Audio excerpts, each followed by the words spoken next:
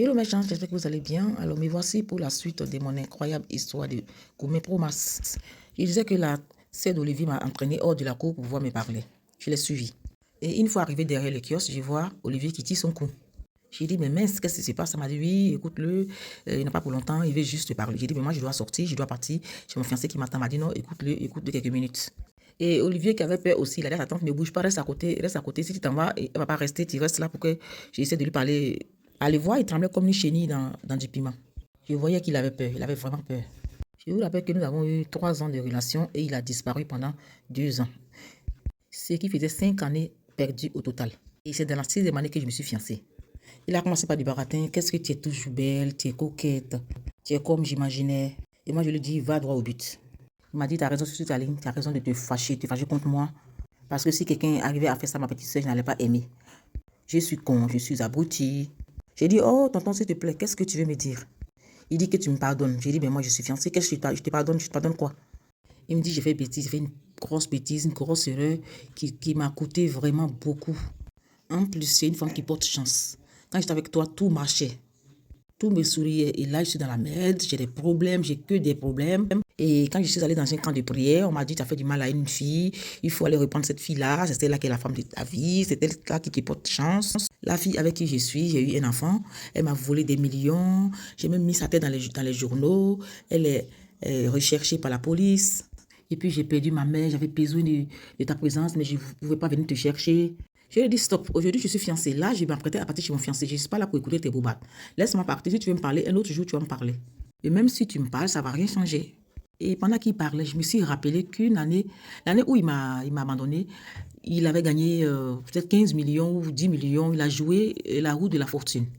Il était même passé à la télé, moi je ne l'avais pas vu, mais c'est une de mes copines qui m'a dit, écoute, hier il y a un jeune homme qui a tourné la roue de la fortune, qui a eu des millions, il ressemble à ton Olivier. J'ai dit non, c'est pas lui, si c'est lui, il allait me dire, il allait descendre tout ce sur Abidjan pour me dire. Bien, c'était lui, il avait gagné des millions, je ne sais pas si c'est 15 millions, mais 10 millions. Quand il a eu l'argent, il a changé de camp. De toute façon, les roues de la fortune, c'était Abidjan qu'il est venu tourner. Il était là et il n'est même pas passé venu me voir. Il a gagné, il a pris son chèque et puis il est parti. Et quand il est parti, il ne sait pas comment il s'est arrangé. Il avait peut-être espèce sur lui. Il a mis chez lui. Et la fille avec qui il était avait un fils avec lui. Il a même fiancé cette fille. Très rapidement. Quand ils lui ont remis son argent en liquide, il ne sait pas s'il n'a pas compte en banque. Il a pris cette liquidité. Et quand la fille a vu la nuit, très tard dans la nuit, elle a soulevé ses millions. Elle est partie. Matin, il s'est réveillé. La fille n'était plus là. La fille est partie avec son argent. Il a même cherché dans toute la région où il était. C'est ainsi que la police a mis la tête de la fille dans les journaux au cas où quelqu'un reconnaîtrait la fille quelque part. Tout ça m'a été raconté plus tard, pas le même jour où il est venu avec sa soeur. Je vous dis mes chances dans la vie là, quand ton cœur est blanc, quand tu fais quelque chose, Dieu fait ton palabre. Il parlait beaucoup et moi j'ai regardé l'heure, je lui ai dit, écoute, Olivier et sa tante ou sa soeur, vraiment je suis désolée mais je dois partir. Il y a mon téléphone qui ne cessait de sonner aussi, il y a mon fiancé qui m'appelle, je ne vais pas avoir des histoires avec lui. Il m'a dit, tu peux me laisser ton numéro? Il dit, non, je ne peux pas te laisser mon numéro. J'ai la main café pour me rencontrer, peut-être que tu feras comme ça pour me rencontrer un autre jour. J'ai pris mon taxi, je suis partie. Arrivé là-bas, voilà Luc aussi qui est fâché. Ça fait un bon moment, il m'attend, il a appelé même ma patronne, il m'a dit que je suis déjà descendu. Et moi, je ne répondais pas à mon téléphone, tout ça là, c'est devenu parlable aussi. J'ai essayé de l'expliquer, il m'a claqué la porte. Il a pris sa clé, il est sorti. J'appelle Luc, il ne décroche pas. Me voici en train de pleurer dans le quartier des gens. J'ai dit, Seigneur, tu m'as enlevé dans quoi pour me mettre dans quoi?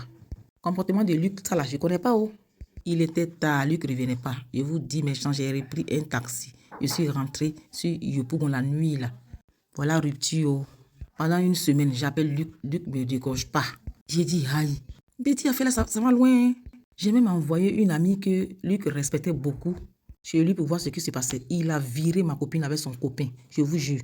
Eux-mêmes, j'étais étonné. Ma copine a dit, ma chérie, Luc t'a jamais aimé. De toute façon, il nous a viré comme poisson pourri là. Son affaire n'est pas claire. J'ai dit, aïe. Mais dans quoi je suis?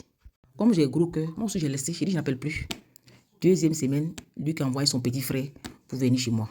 Petit truc là, 2 semaines, ça n'a pas parlé. Hein. C'est qui devait me mettre la puce à l'oreille sur le comportement de Luc aussi. Mais quand tu es amoureuse, tous ces petits comportements-là, tu laisses passer. Tu ne t'attaques pas dessus. Luc et Olivier, c'est le jour et la nuit. Parce que Luc, il était civilisé, c'est quelqu'un qui était bien raffiné, il était grand.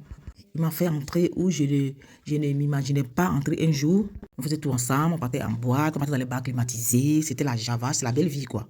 il m'achetait des tenues classe, des dessous classe, des peluches, des CD de Céline Dion, parce que j'aimais autant Céline Dion. Tout ce que j'aimais, il me l'achetait. Et dans la même semaine, on programmait d'aller faire Pâques dans son village. La suite dans une autre vidéo.